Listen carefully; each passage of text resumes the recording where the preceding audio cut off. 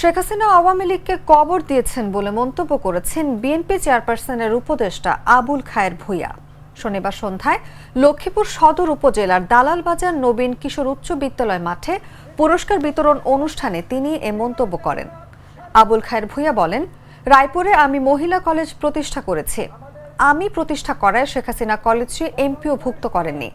একজন প্রস্তাব নিয়ে এসেছিলেন, বেগম ফজিলাতুন্নেসা কলেজ নামকরণ করা হলে এমপিও ভুক্ত করা হবে। এটি ছিল আওয়ামী লীগের কাছে দলীয়করণের সর্বোচ্চ প্রভাব। শেখ হাসিনা আওয়ামী লীগকে কবর দিয়েছেন, আওয়ামী লীগ রেখে তিনি পালিয়েছেন। আমাদের এই উপমহাদেশে কোনো রাষ্ট্রনায়ককে এভাবে পালাতে দেখিনি।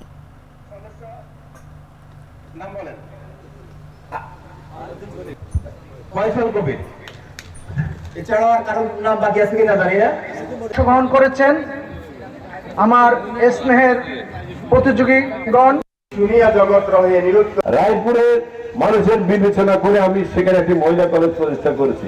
সেই মহিলা কলেজ তারা বিভক্ত করে নাই। মহিলা কলেজ আমি গত প্রায় 7 বছর বিনা বেতনে তাদেরকে বই পুস্তক এবং তাদের ড্রেস এবং অন্যান্য আনুষঙ্গিক বৃত্তি এগুলো দিয়ে সেই মহিলা কলেজ চালাতে হয়েছে। স্টিল নাও এখনো কিন্তু সেটা এমপিভুক্ত হয়নি। এইভাবে প্রতিহিংসা পরায়ণ ছিল। আমার কাছে একজন প্রস্তাব নিয়ে আসে, এটা কি বেগম ফজিলাতুন্নেসা মহিলা কলেজ করলে এটা ইয়ে করবে, এমপিভুক্ত করবে। আমি কি আমার নামে বলছি তো রায়পুর মহিলা কলেজ, অসুবিধা কি?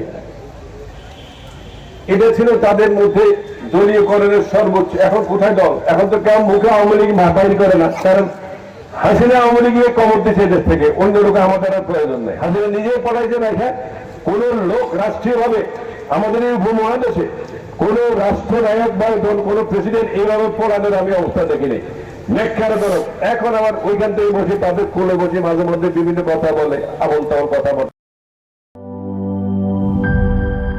Cheer up!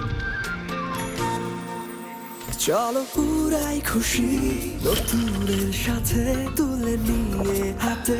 Cheer up, oh oh cheer up, oh oh cheer up. চুমুকে চুমুকে enjoy the life. চলো পুরাই খুশি তুলে নিয়ে হাতে। Cheer up, oh oh cheer up, oh oh cheer up. চিল হবে রিফ্রেশিং মুডে। চিয়ার আপ, চলো উড়াই খুশি।